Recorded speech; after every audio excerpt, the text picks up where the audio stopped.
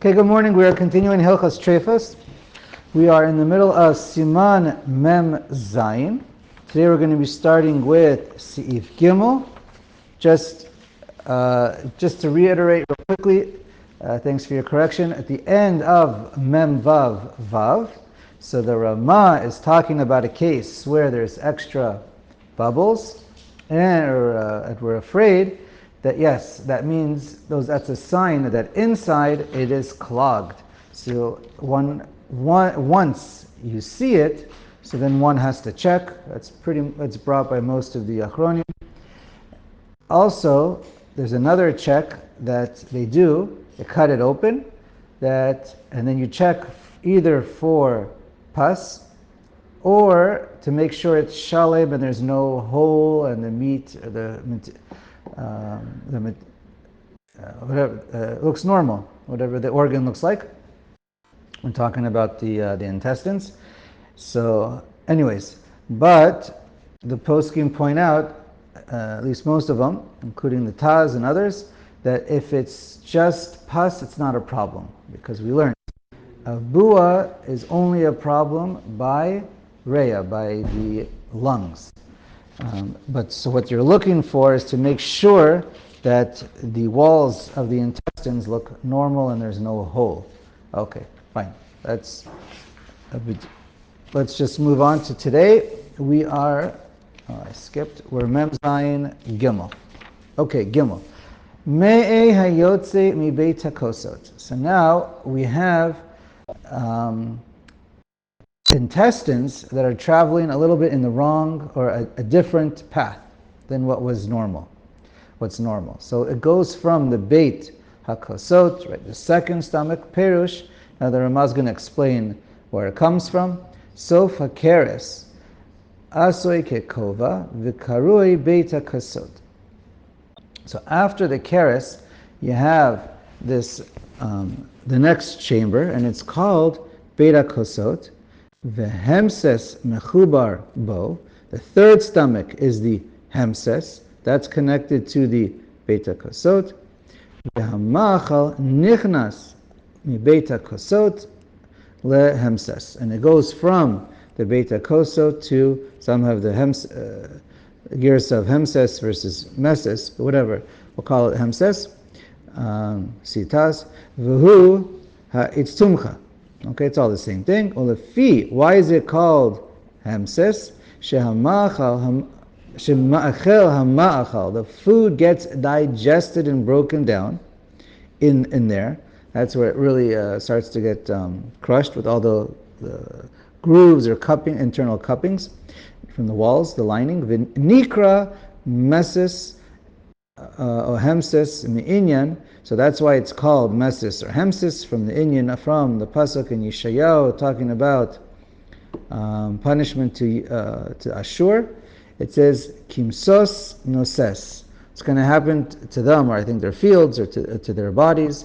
It's going to be like termites chewing. So that's where the word comes from, apparently. So again, let's read it again. Me'eh hayotze mi beit hakosot lehemses kasher. So normally there's not this extra intestinal tube going from the Beit HaKosot to the meses, but in this animal that you shechted, you noticed, whoa, this is unusual. There is one. So it's still kasher because it's going in the proper direction. The order, it's taking it from the Beit HaKosot to the hemses, which is its proper direction. V'hayotze mi Beit HaKosot l'keres treifa. But this is in the wrong direction. If there's an intestinal tube taking it back from the Beit HaKosot to the keres, that would render the animal a treifa. The keres is the first. The keres is the first stomach. Okay, I'm just using the Hebrew names. It's a little easier for some of us. Okay, Daled. I'it le trei sanya dive. Treifa. If there are two sanya dives, this is basically a little sac by the beginning of the large intestines. In that area, we call that a cecum, or cecums, or ck if there's two, for plural. It's a treifa. V'shavche lehadade, it's kshera. But if it's really, so if there's two, it's a treifa, but if there's one, They're supposed to be one is normal. But if it looks like two, but they're connected, and the material, whatever the juice is inside, or the digested food can go from one to another, then even though it looks like two, since they're connected, it has the din of one, and therefore it would be a kshera. Why is it called here? You can look at it in Rashi, or Shach brings it. It's obviously it's closed at one end. It's like a little sack. It's also called the keres hapnimi, and the reason why it has the name of Sanya Dive is because it means wolves hate it, hated by the wolves. And why? Because it's so flat or narrow that a space that's very flat and narrow, even the wolves hate it. Okay. Anyways, that's what's explained. Hey, Hadur Dekanta, this we had before, it's the coil of intestines in the large intestine section. Sheotze memseita yitra shetelui bedakin kemo me'e katan. Somewhere in there, you have like another little protrusion of an intestine, or almost like a thin little sac, or just another piece of the intestine jets out, but it just sticks out. Ke'erech etzba, like a finger. Again, there's no halachic significance to how long. It could be longer, but that's an appendix, maybe that's as an analogy. Okay, something like that. It's a kshera. Haga, the koza de hayeter satum barosho. So obviously we're talking about, the Ramah says, where it's like a sack, like we just explained. It's not an open tube where parts of the material that's flowing inside is going to fall out. And so the waste that's inside, or the digested food, which is now it's going on its way to be expelled from the body, so that it doesn't leak from there, right? Satum. But if at the end of this extra intestine piece, it can spill out, so then the harei nofel aguf, it goes into the abdominal cavity, then that would be a treifa, va'oduhu nekeva tedakin, also because it has the din of a nekev, which this is a very large nekev. Okay, so that would be a treifa. Okay. Fine, let's go on.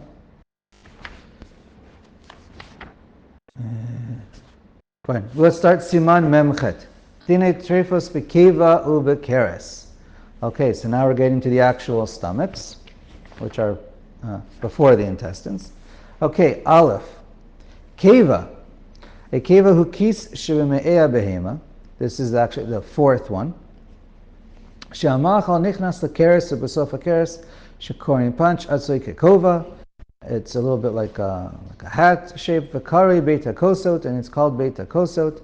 Ve'amachal nichnas mi beit hakosos lehemses umehemses lekeva umekeva ladakin. So chazara. So then it goes from the beit hakosot, the food, when it gets digested. From there it travels to the hemses, and from there it travels to the keva, and from the keva it continues to the intestines. Okay. So the fourth stomach is the keva. Shenikva treifa. If it has a hole, it becomes a treifa. V'im hachelev she'al hayeter sotem hanekev kshera. So let me just backtrack. The keva is in a little bit of if you're interested, the Taz also writes about it. The keva, but any anatomy book will say the same thing. The keva is a little bit like a little bit of a tube, wide tube, and that is bow-shaped. It's almost like an arch. Not quite, I don't think it's quite 90 degrees, but anyways, I mean a full 180, but basically it's like an arch. And therefore, you have, we'll call the inner upper side, that's the string side, that's the yeter, and then the lower, the outer, longer portion is the bow side, right? That's the curvature plus the straight string. Okay, so keshet is the longer outer side, and the curved side, and then this, well, it's the inner curve is where you have the straight string. So we'll call it, I guess, the outer longer versus the inner shorter. So that's the yeter versus the keshet, or in Chazal it's also called the akashta or ayatra or ayitra. Okay, so that's so you can have chalev, fat, on either side, the inner or the outer. So now, let's read it again. So it depends where the hole is, because if there's a hole, you can have it sealed off with the fat. So let's read. Im chalev shala yeter, the inner string side, sote manekiv kshera. If where the hole is, it's sealed off, right? You have to look. If it's completely sealed from the outside, with the shuman there is tightly attached, so we'll call it chalev for now. Let's not call it shuman for reasons. So there, the chalev that's attached to it it's tight. So therefore, it's a proper seal. Aval she'al hakeshet, but on the bow side, the outer, longer side, eina sotem, it doesn't close it up. Okay, so on the outside, it's definitely chalev, that's aser, and we learned chalev is generally loosely attached. So therefore, it doesn't seal. On the inside, so this is really based on a machloket between Rabbi Yishmael and Rabbi Akiva and the Gemara, and what's nahug based on the Jews in Eretz Yisrael versus the Jews in Bavel. If they would eat the chalev, or that's on the inner shorter side, the string side. So everybody agrees that it's attached. The question is this also considered part of the isser of chalev? Normally chalev that's aser, it's loose. But this might be an exception. That's the machlokas in the Gemara.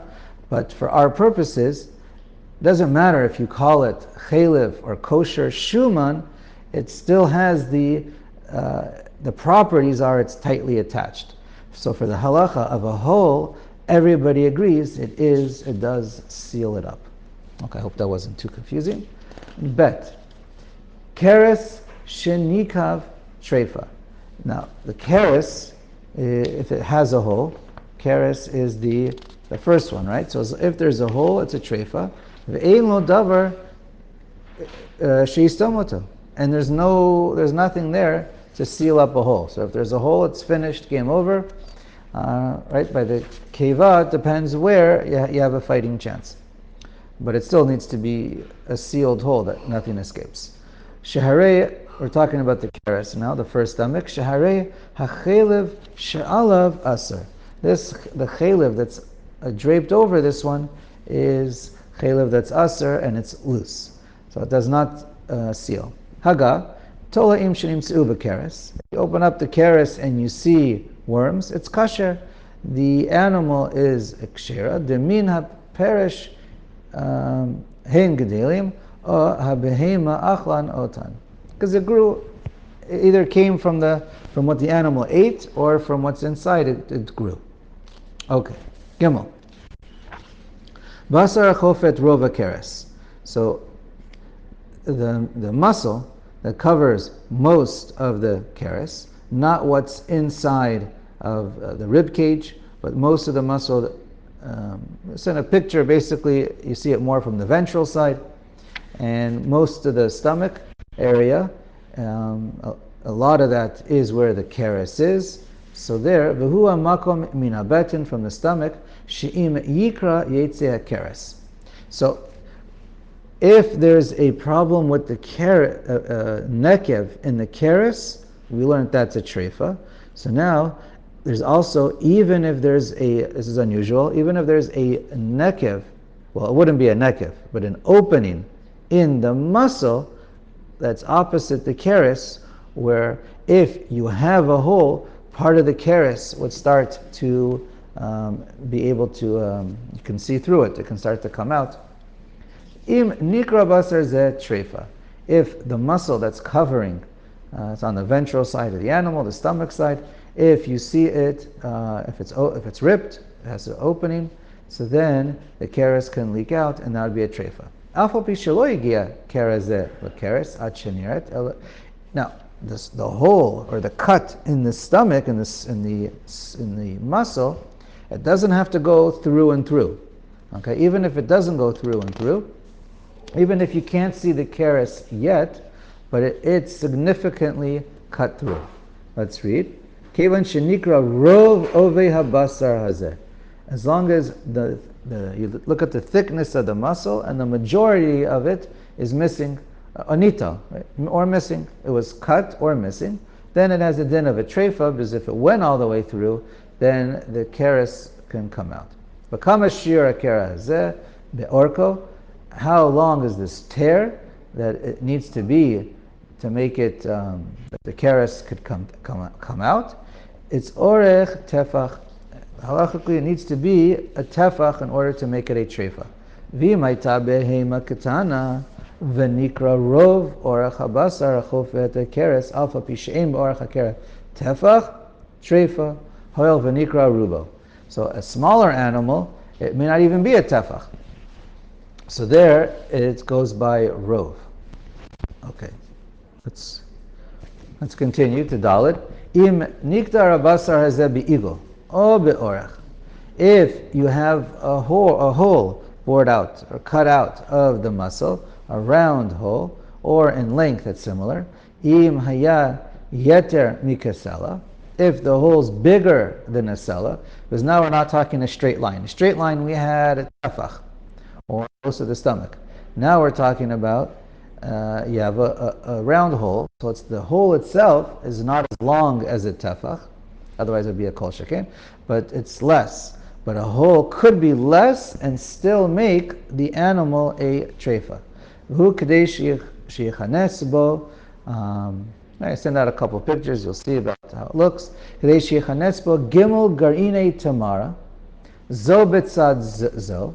So how big is the sela? You put 3 pits side by side next to each other. Bedochak.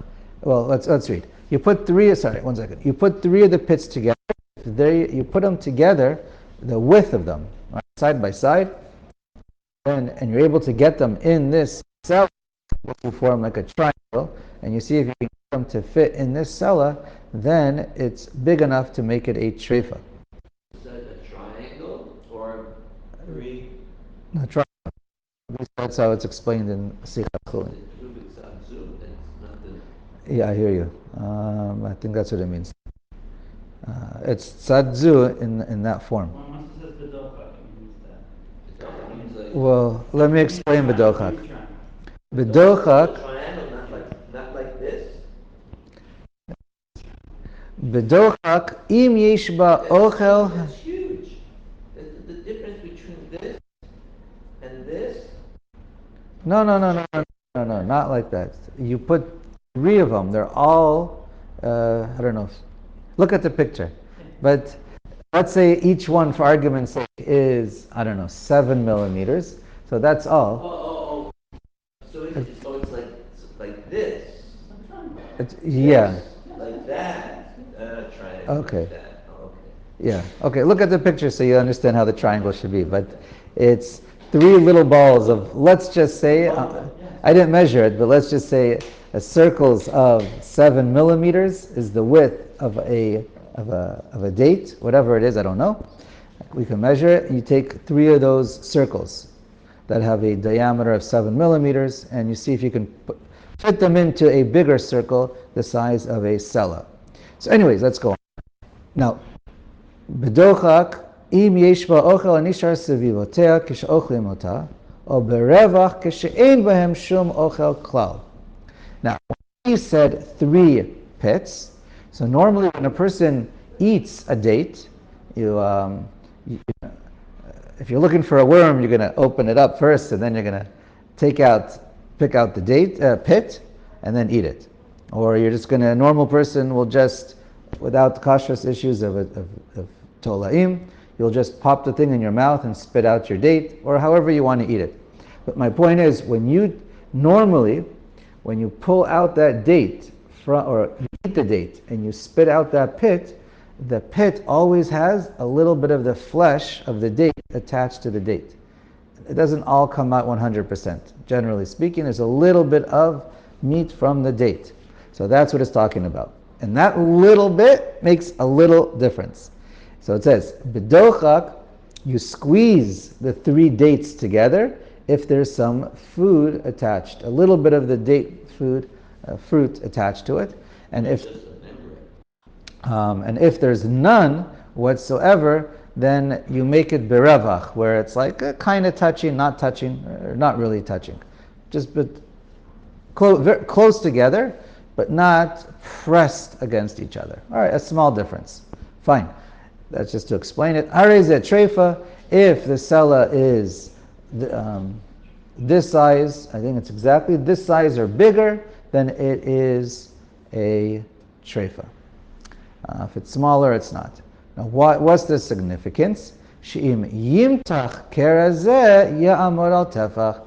Because if you have a round hole in the muscle, and it's this size, then if you squeeze it and pull on it, then and it pulls apart, you end up with a line that's a tefach long, and it's the same equivalent. Basically, if it's a tefach long, or the size of a round sella, either way, the keres can start to escape. Okay. You pull it. You pull it. So it closes up. Yeah, you pull it until it closes up and you end up with the length of a tefach. Okay. Hey. If the meat that's over the keres is starting to fall apart, you could just peel it off. It's not a solid piece of muscle like it's supposed to be. It's kind of dissolving already, and you can just simply peel it off. So then that's as if it's not there for these purposes, and therefore it may render the animal a treifa depending on how big and how deep. Haga, yeah, veterinarian, I don't know. But we're not bekiin exactly how much to press and how to scrape it away. Ulachein, so the halacha really is as follows. Kol makom shenishane maris basar dino ken nital. As long as it's changed. Now, it's not just color. Color itself is not a problem, but it means that it looks different and feels different. And then it's a problem.